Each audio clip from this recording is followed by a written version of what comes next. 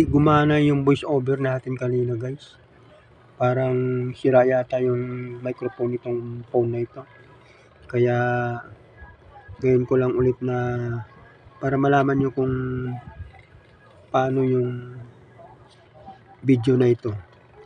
Inikot natin yung kalsada na ito guys na yung paliko-liko na parang ahas.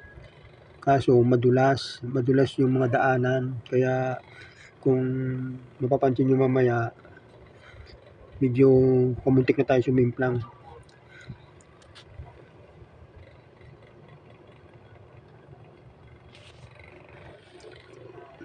Ikot tayo sa kabila guys, doon tayo magsisimula. Ituturo ko sa inyo kung saan tayo papunta.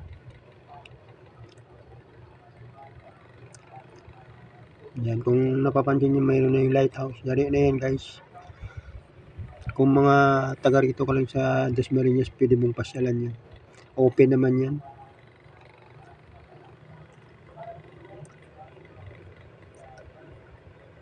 Yan, dito tayo magsisimula guys. Tansya ko kanina mga 6:05. Kinukuhanan ko kasi ng oras kung gaano ka talaga kahaba. Kung mga ilang minuto o segundo. Pero napakahaba nito guys. Medyo parang iisa lang ang forma. Parang inulit-ulit lang. Kaya dito ang una, parang napapansin nyo, maganda pa yung kulay ng kalsada.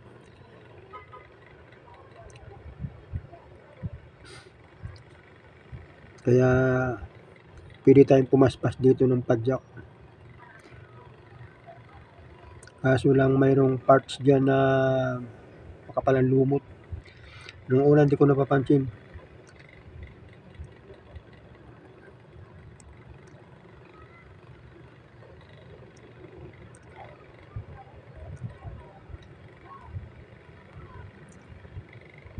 Yan o. Nakapangalawang ikot na tayo guys, pero parang ganun pa rin ang forma. Parang inulit-ulit lang, pero mahaba ito guys.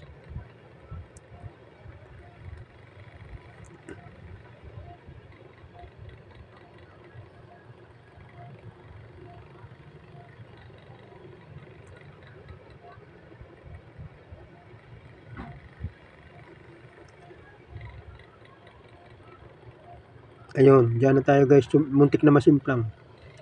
Buti mabagal yung takbo natin, kung hindi baka gumulong tayo dun sa may tubigan. May tubig na kasi yun guys, at saka malalim. Ayan, kung napapansin nyo. Kaya medyo nagdahan-dahan na tayo rito. Simula dito, nagdahan-dahan na tayo.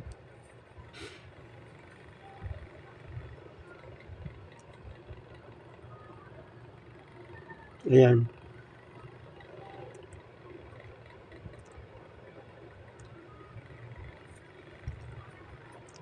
Tuloy tayo ulit.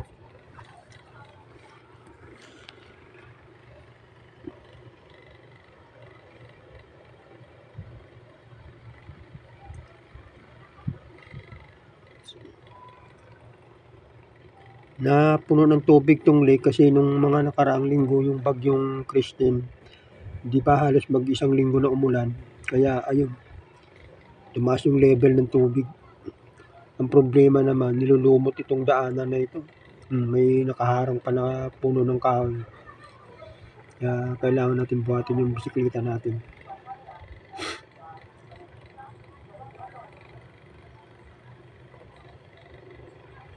May mga joggers na nauna sa akin guys eh. Nung una nakita ko pa tumatakbo pa sila eh. Nung bandang huli naglalakad na lang. Baka ako nadulas din sila. Yan, kung napapansin nyo, mayroon na naman lumot. Kaya hindi pwede tayo talagang pumadyak dito. Doon tayo pupulutin sa tubigan.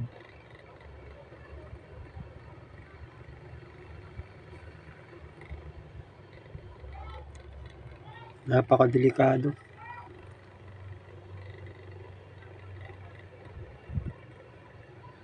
Nung isang araw pa namin dapat ikutin ito, ayaw ng kasama ko dahil alam niya na malumot daw. Kaya pinagliban namin. Pero ngayon nagsusulo na lang ako, sinubukan ko. Tama nga siya. Baka kung natuloy kami nun, baka gumulong din kaming dalawa dito.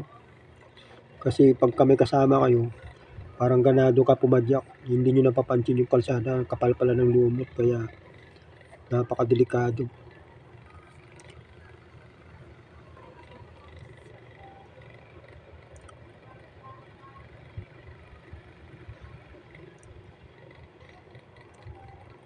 Yung bandang huli, nasa gitna tayo guys. Mukhang hindi na tayo sumakay sa bike. Inakay na lang natin yung bisikleta natin. Mahirap na. Baka mapilayan pa tayo.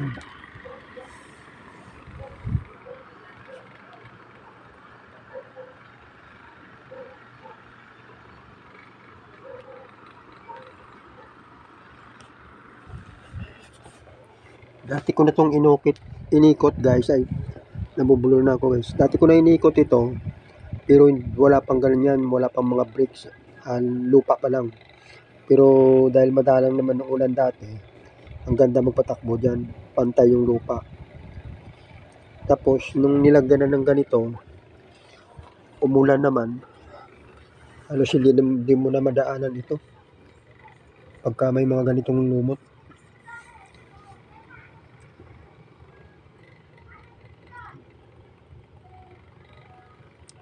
Yan, katulad yan. Nasa gilid na ako dumaan yan guys, nasa damuhan na, baka hindi tayo makapagbalanso dyan eh.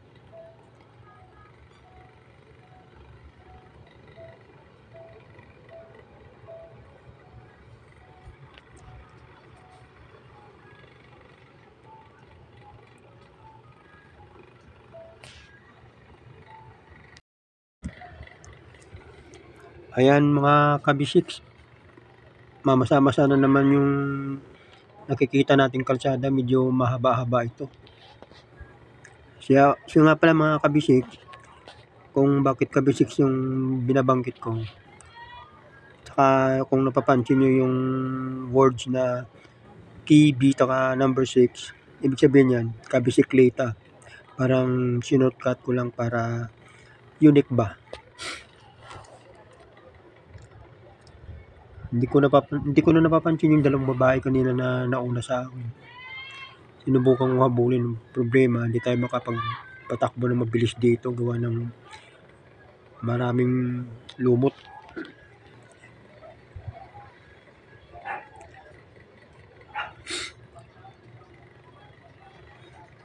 Yung haba ng video nito mga kabisiks, mga nasa 25 minutes more or less. Kapag binawasan ko ito, i-edit ko ito mamaya para hindi na ganong sobrang haba.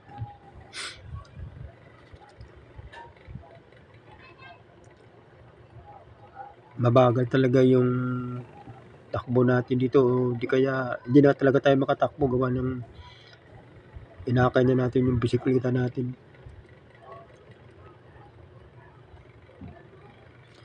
Yung nga pala mga kabisik, uulitin ko, kung gusto nyo mamasyal dito, kung mga dito lang kayo parte ng Dasmariñas, pwede kayong pumunta rito.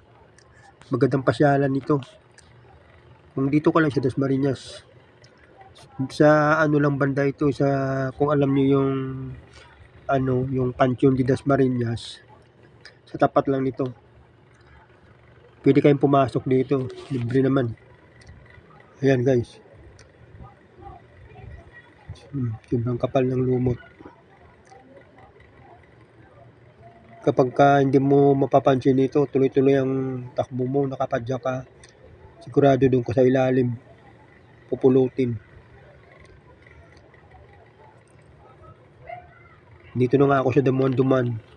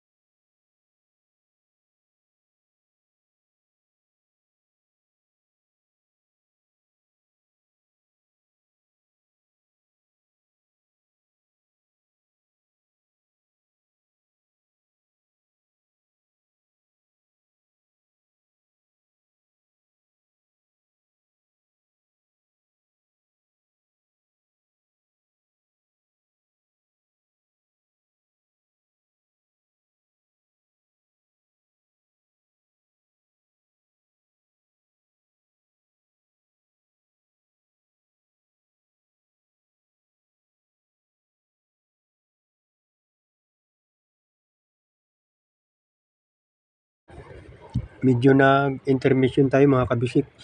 Hindi talaga gumana kanina yung microphone ng cellphone natin. Kasi nung dadaanan ko itong tatlo na ito, inaware ko sila na sabi ko, mag-ingat kayo gawa na may mga part na madulas. Hindi lumabas dito kaya i-voice over natin. Medyo malapit na tayo sa pinanggalingan natin mga kabisik. Medyo binawasan ko na yung video ko, naging almost 10 minutes o 13 minutes na lang itong natira sa 25 minutes kanina para hindi ganong mahaba. Nakakasawa ng panoorin lalo na ito isa lang ang forma ng kalsada, parang inulit-ulit lang. Pero dahil sa inikot natin, wala nang pagbabago. Kaya medyo bumibilis na yung takbo ng videos.